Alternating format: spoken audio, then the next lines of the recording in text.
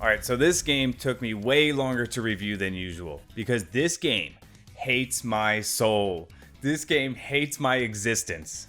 I had non-stop crashes, flickering issues, and for whatever reason, OBS hates this game. So all the footage that I had recorded and all 30 hours that I played it was tossed in the shitter because it was so choppy, and like a dummy, I didn't check it. So I had to redo all that footage. Now I did solve the issue, I think. And it seems to me, at least I think, that there's an issue with my FreeSync monitor in the game. I'm still taking off points though, damn it, because this is the only game that's done this. So after much strife and troubleshooting and a little custom resolution utility version 1.5.1, by the way, thank you ToastyX, you're a god amongst human beings. I present to you my Jurassic World Evolution 2 review. Jurassic World Evolution was developed and published by Frontier Development. It's a dinosaur park management simulator. Frontier has developed Planet Zoo and one of my all-time favorite games, Elite Dangerous. In Jurassic World Evolution 2, you get the choice between multiple game modes. There's Challenge Mode, which pits you against a race against time to see how quickly you can build a park that achieves a 5-star status. There's Chaos Theory, which simulates pivotal moments in the movie franchise, each taking a scenario from each installment in the movie franchise.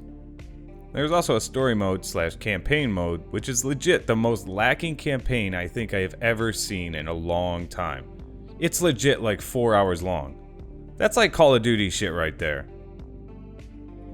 The campaign it's pretty much an embarrassment. That alone almost made me regret buying it. It's not only short, but there aren't even very many interesting scenarios. This seems so phoned in, it's absurd. The only thing that's good about it is Ian Malcolm talking shit about mankind's arrogance. That's it. But even our boy Jeff can't save this laughable campaign. As Ian Malcolm would say, that's one big pile of shit. The campaign events take place after Jurassic World Fallen Kingdom, which I didn't see. Well, because the new movies are pretty shit, honestly. Wait, I actually did see it. Now that I remember, I actually did see it, but it was so forgettable. Even Chris Pratt and his crazy charisma couldn't make me remember that movie. In Challenge Mode, you start under a certain set of conditions, and you try to reach a 5-star status. Even on the medium difficulty, these can actually be quite difficult. In fact, the Germany level took me almost as long as the campaign. Yeah, that's how short the campaign is. So Challenge Mode is pretty great actually, and I had a bunch of fun with these. But there was some issues. Towards the 5-star status, they just start throwing ridiculous amounts of stuff at you.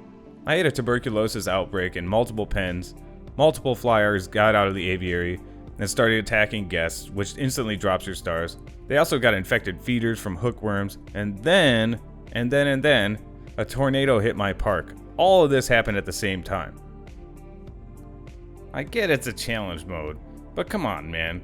It was laughably uncanny. The challenge mode example is on the UK challenge. On medium, you start with 3 million, scientist skills below normal, high disgruntled rate, which we'll cover later, increased terrain editing costs, moderate storm risks, and a maximum of 2 staff centers. The par time for completion for this challenge is 4 hours. The last mode is Sandbox Mode. This is my biggest gripe with Jurassic World Evolution. This is a shit Sandbox Mode. You start off with only one location available and virtually no dinosaurs unlocked. Within Sandbox Mode, you have a preset mode and custom settings. Custom settings allow you to adjust dino temperament, health, various other settings to fine-tune your experience. One thing I don't like is that it doesn't disclose how much money each mode has. Unlimited, of course, is, well, that's obvious. But what does low cash starting mean? It'd be nice if there was a dollar amount shown here. Your preset modes are creative and standard. Most options can be changed within the game anyway. However, I've beaten the game, done 3 challenges and 2 chaos scenarios, and I still don't have most of the dinos unlocked. In fact, I only have 34 out of 79 unlocked after 30 plus hours of gameplay. That's pretty ridiculous. One thing I'll mention is that Chaos Theory unlocks the T-Rex and all the cool dinos much faster, so I'd recommend doing that at least before you try Sandbox Mode. A much better version of a sandbox progression is City Skylines. You start off with low density residential and work up to a population that unlocks the higher density zoning. Everything within the game can be unlocked via normal progression, and that's absolutely what they should have done here. This alone will turn many away from this game, and that's a shame, because it's actually really fun when you get down to it. Another thing I wish you could change on Sandbox is the map size. I really wish the maps were larger and more customizable. Oh, there's also a DLC tab already. Yep, Day 1 DLC. For the record, I generally hate Day 1 DLC. I think it's sleazy and it's cheap. This shit should already be in the game, or at least have the thought to release it later and pretend you didn't already have this content, for fuck's sake. Alright, on to the gameplay. When first starting out, there are many building options and many things to be confused with. The tutorial is pretty good in the campaign, but it doesn't really explain many things, like the research and the fossil systems. I would highly recommend going into the help menu often, which can be accessed via the options. It's much more helpful than the tutorial. As a first-time player, I had no idea how the fossil system worked and how the genomes were built. So basically, you research the dinosaur you want in the research tab, and then that opens up expeditions for you to acquire fossils to rebuild the genomes of each dinosaur. The higher the percentage, the better eggs you'll get in the hatchery. Another thing they don't tell you in the campaign is the hatchery. The hatchery is where you hatch all your dino eggs, and then incubate them. Once properly incubated, you can then release them. Now another issue I have is that the release option releases them into the wild, which is the first option. And by default, you're going to click it a few times, I promise you. And then your dinos will be in the wild, or in your camp killing guests while you scramble to tranquilize them and airlift them into the proper enclosure. The airlift option really should be the first option. The whole goal of the park is to get lots of dinos, increase the amount of guest amenities and facilities, in order to achieve a higher star rating. The higher the rating, the more money per minute you'll generate. This allows you to hire more expensive and qualified scientists, go on expeditions, etc. Now going through each tab. In the control room tab you have management, which allows you to see vital stats for your park, such as park rating, which shows appeal, which increases with higher appeal dinos, and each dino has a rating which affects this. Species variety, entertainment attractions, and total appeal. Then you have the guest tab, which shows info on guest wants and needs. Transport rating, for instance, can be increased via monorail to limit walking distance to attractions. Ticket sales show which tickets are being purchased the most, and you have a general audience, adventure seekers, nature lovers, and who came to the park for luxury. All of these can be increased with restaurants, shops, and rides. The amenities tab gives you an overview of your coverage for each service. This is also indicated in red while you are building. If you select bathroom, for instance, it might appear red on the walkway. This indicates that you need one in that area. This is true for all amenities. Each amenity can also be configured to how you want it to maximize profits. This is something that is vital to understand in challenge mode, as money is quite often the biggest issue at first. You can choose to sell glasses or sunglasses or luxury items, whatever you see fit, whatever's going to make you the most profit, you can change that. Something to note is that there's no research in Sandbox Mode, so you cannot acquire new dinosaurs through Sandbox. Another gripe I have. Everything unlocked in this game is unlocked through other modes. In the Research tab, you have many advancements and upgrades that you can make to your facilities and your staff. One thing to note is that when researching a building upgrade, you have to manually select that upgrade within the building's Configure tab. In the Research tab, you have 3 subcategories of research: welfare, species, and structures. Welfare affects gene mods, enclosures, medical treatments, and dinosaur creation. The Structure tab will provide upgrades to infrastructure, guest comfort, amenities, power, and attractions. And finally, we have species. How this works is, you research a species here, and then do an expedition on the map, and uncover fossils to build a complete genome for the dinosaur. Now you can do this without completing the genome to 100%, but that seems to really affect the quality of the eggs and their traits. Full genome dinosaurs, for instance, will have less likelihood of having really negative traits like cohabitation issues and aggressiveness. There are 6 species types in the species tabs: flyers, armored herbivores, carnivores, small herbivores, medium and large herbivores, and marine reptiles. In the fossils tab, you have your current collection of fossils. Some fossils can be utilized for early in-game money, and this can be crucial when you're getting started. The others will complete your dino genomes in the hatchery, the lagoon, and the aviaries respectively. In the expedition map, you can locate and undergo expeditions to get fossils for money and genomes, some of which will be unlocked via the research tab and thus will be unavailable. Each expedition costs money and scientists, and they need a certain skill to complete. Higher demand dinosaurs like the T-Rex require highly skilled scientists, for example. The Scientists tab will show your current scientists and their skill levels in each category: logistics, genetics, and welfare. These skills can be trained through the Staff Center when it is upgraded, as needed. They can be trained to level 5 as of right now. The Jurassic World database has 6 tabs. Dinosaurs shows which dinosaurs you've unlocked. Paleontology shows your dig sites that you've done. Buildings show which ones you've unlocked. The universe shows characters and locations that you've unlocked. Ailments shows medical conditions that you've encountered. And paleobotany shows all the plants and flora that you've unlocked. Again, all of these once unlocked are available in the Sandbox mode. By the way, the database is a joke. The best info you'll get on your dinosaurs in the game is actually clicking them. I'll explain that later. But the database should have all this info: likes, dislikes, their territory, who they get along with, their appeal rating, and their info. The database is useless.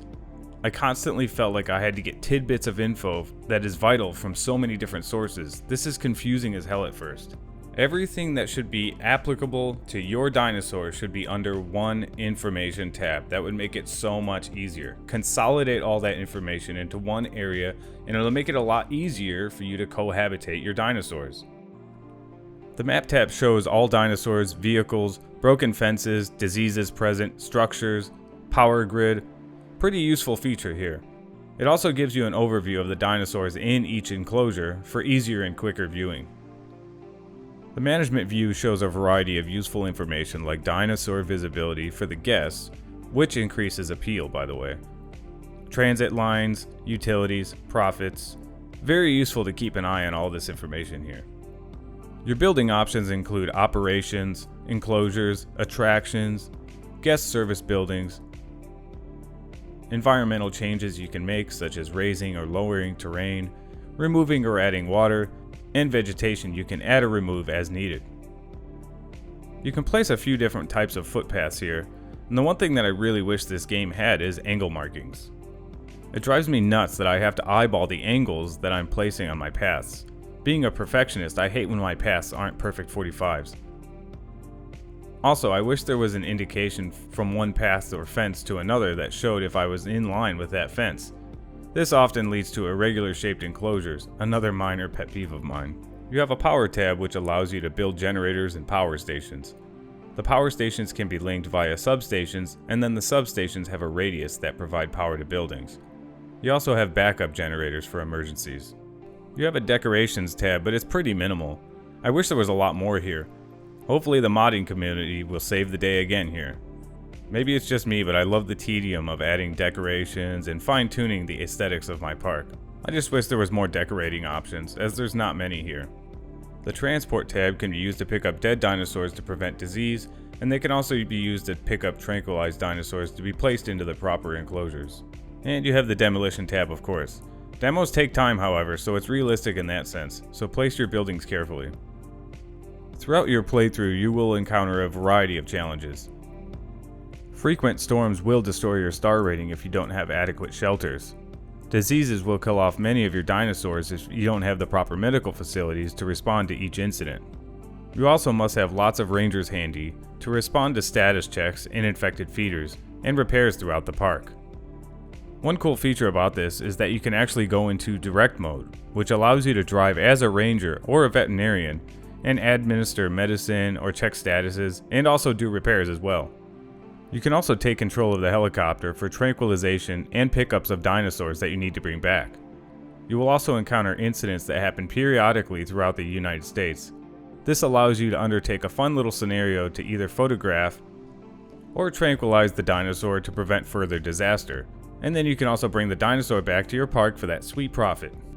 The vehicles control surprisingly well, and it's actually a lot of fun to take control of them. It's often necessary though, because your AI will legit drive into the dinosaurs like morons, and they will also get stuck on objects, and sometimes they simply won't do what you tell them. During dire situations, I often had to take control of the vehicle to go do repairs myself because they sometimes just sit at the fucking station. It drives me nuts because you don't have the time to be doing this while there's a storm, a tuberculosis outbreak, a dinosaur got loose, etc. So I wish the AI was better at doing their tasks.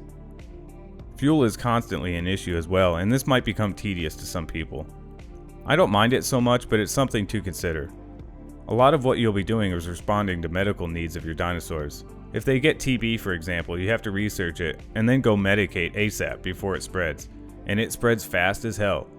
Be very cautious with the time speed up button in this game.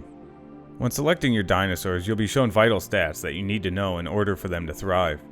Their comfort level is the most important thing because if they are uncomfortable, they will become agitated and then they'll try to escape by breaking through the fence. Comfort is increased by adding water, food, what environment they like, etc.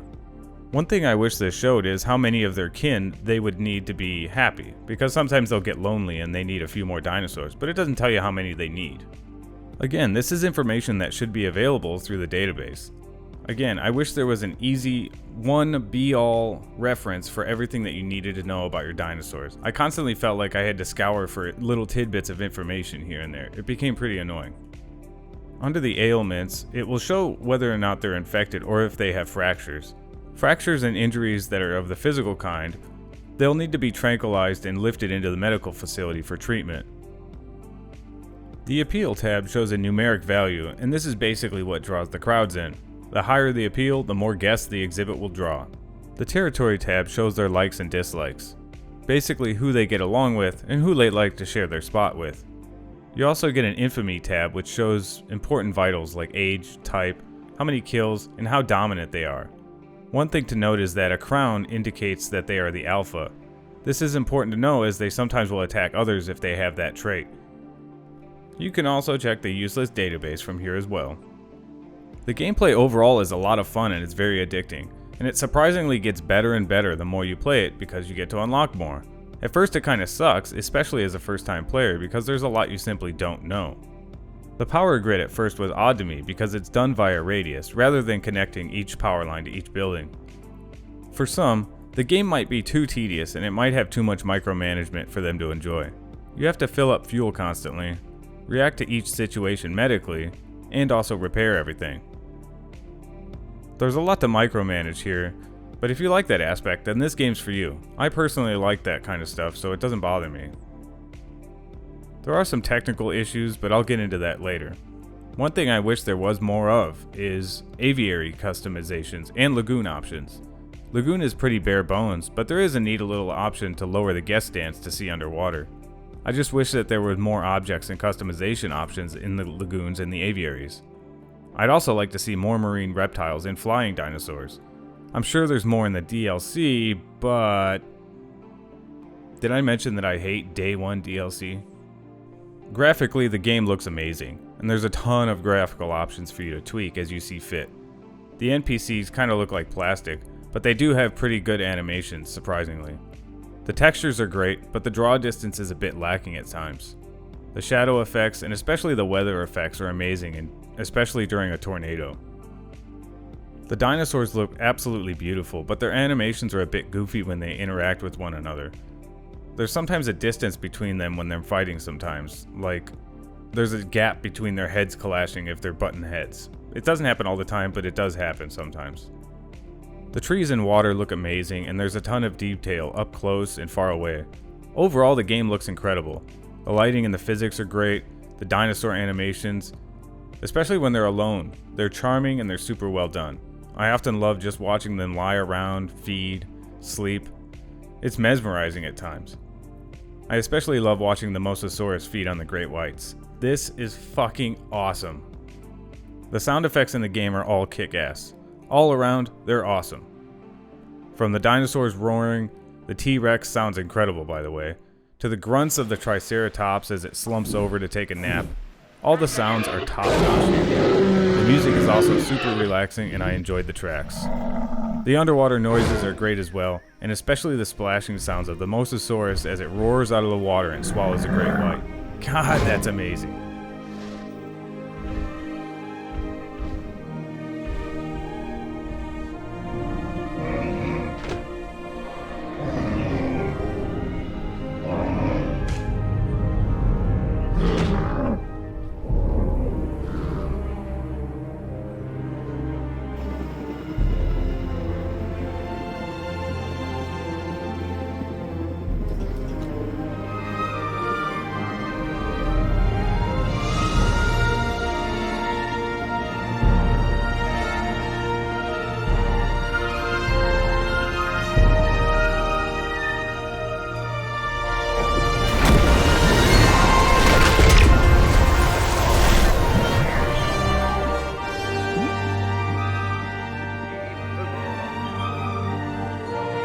getting on to the technical issues.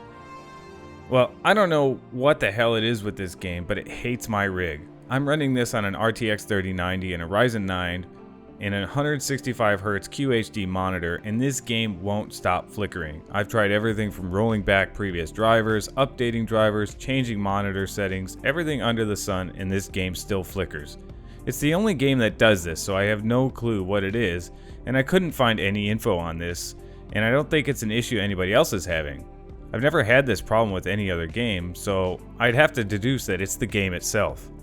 Also, I had repeated crash issues when using the disinfecting feeder option with the Rangers. It crashed 6 times, but only while viewing it from the aviary. It's strange. The aviaries in general are a pain in the ass, and they're so buggy. When you click your Rangers or medical staff to go in there, they often don't do anything. They just go right back to their base, or they just sit there and do nothing. There's supposed to be a little drone that comes out and does the jobs, but the Rangers or the vets often sit there and they do nothing. It leaves my flyers to die from disease. This happened all the time, to the point I wanted to demo the aviary and be done with it. Also, the pathfinding can be finicky for your vehicle's AI, so make your paths extra wide because they will get stuck and they won't do their assigned tasks. Besides those issues, it ran well at a high FPS and it looks incredible, but for me it ran like shit. And a lot of the time, it was due to the flickering, which almost makes it unplayable. It was actually difficult for me to do this review because it was doing it so much. I'm gonna have to ding it here because it's the only game that does this for me. The maps are good, but I wish they were a bit bigger. And I wish you could do an overview of the whole map, like a Google Earth view almost, to see the boundaries. It's hard to tell where the boundaries are. And the few maps I do have, they're pretty small. I wish they were bigger, and I also wish you had more in Sandbox. You only have one to start with. I also wish you could zoom out a lot more. You kind of feel confined at times. The maps that they do have are beautiful and they are well done, and there is a good diverse set of climates to see here. As far as engagement goes, the game is super engaging and it's tons of fun when you get your bearings, and once you understand how everything works. I also loved how good the challenges were, and they offered great varieties of difficulties and different scenarios. The challenges were actually some of the best part of the game. I also am really enjoying the chaos theory. The sandbox is actually my least favorite aspect of the game. It's the one that I've played the least, and it's something that I really don't foresee myself playing very much because, well, you just don't have very much, and it takes too long to unlock everything. Overall, the game's a lot of fun, and it's beautiful, and it really does. It looks incredible. It's fun managing your park and building and decorating it and designing your park how you want it. The dinosaurs themselves look fantastic and they all have their own charm and personalities. However, I don't know if I can really recommend this game. It's $60 and the sandbox mode just kinda sucks, and the campaign is a joke. Everything is locked behind different modes. This is kinda difficult for me. It's difficult to recommend due to these issues. I personally love the game, but from a consumer standpoint, it's lacking in how they did this. I disagree with how they approach the content in this game. But if you don't mind having to unlock everything and you don't mind that issue, then I say go ahead and grab this. But if that's an issue for you, then I'd say wait until there's a sale and pick it up. Overall, great game, lots of fun, but the design decisions really screw things up for it. And that sandbox mode, it really is a killer. Well, that's going to do it for this one, guys. Thanks for sticking around, and I hope to see you in the next one. Take care of yourselves and each other.